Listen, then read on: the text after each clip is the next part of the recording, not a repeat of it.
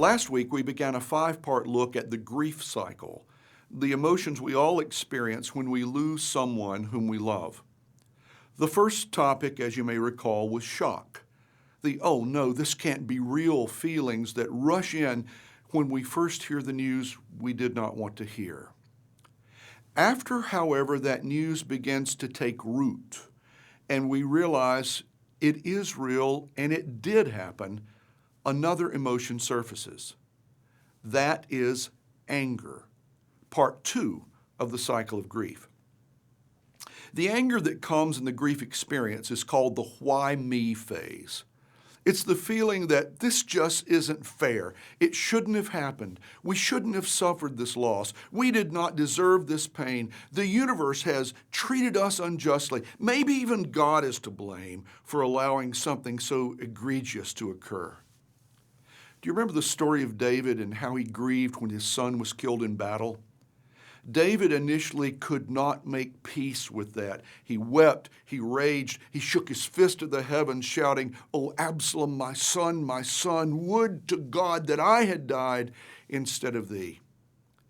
David felt that what had occurred was wrong, indefensible, and that God somehow could and should have prevented it. Part of David's heartbreak was deep anger. Now, in that story, of course, the death was not God's fault. Absalom was leading rebel forces against his own father's throne. He had deserted David, turned against David, and would have killed his own father had one of his father's generals not killed him first.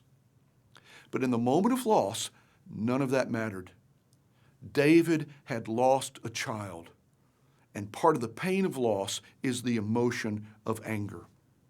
I recall years ago going to the home of a young woman, a wife who was the mother of 2 preschool children with a third on the way. Her husband had been killed in a freak accident at work, and there would have been no way either to predict or prevent it. It was one of those 1 in a million never going to happen accidents that unfortunately did happen.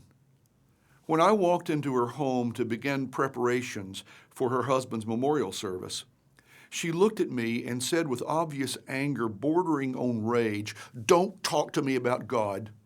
I cannot believe in a God who murdered my husband." What was the source of her anger? Another minister, well-intentioned and trying to offer comfort, had said to her, "Try not to mourn. This was God's will." And with those words in her mind, he turned God from a source of healing into the source of her grief. Who wouldn't have become angry? It took months of our working together for her to let go of that emotion, that God was an enemy who had done her inexpressible harm. When we experience the loss of someone we loved, initially at least, we will go through a bit of what she went through. Hopefully no one will say anything quite so insensitive to us, but even so, down deep there is always a feeling it shouldn't have happened, or it shouldn't have happened this way, or it shouldn't have happened yet, or death shouldn't have happened to them, and this terrible pain shouldn't have happened to me. There are 2 important things to remember when those feelings come.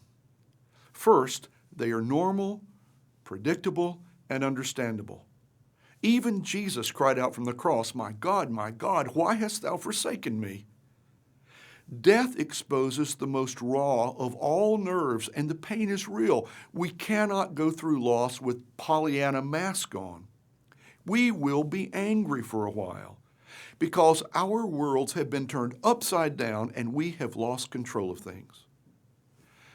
The second important thing to remember is that God understands. God is not the enemy who created our pain. God is instead the ally who will hold us and comfort us and in time bring us through it all to a place called new normal. But God, the parent, understands when we, the children, do not understand what has just happened. And thus we shake our fist toward the heavens. God is infinitely patient and does not get angry at us because we are angry. Instead, he holds us closer in those moments and helps us process the anger so that in time we can move past it. Think about these two questions. First, what are some unwise statements to make to or unfair expectations to have of those going through a grief experience? Second, reflect upon sources of anger, for example, normal anger versus misdirected anger, and coping mechanisms if in fact such are needed. I'll see you next week for part 3 of this study when our topic will be guilt.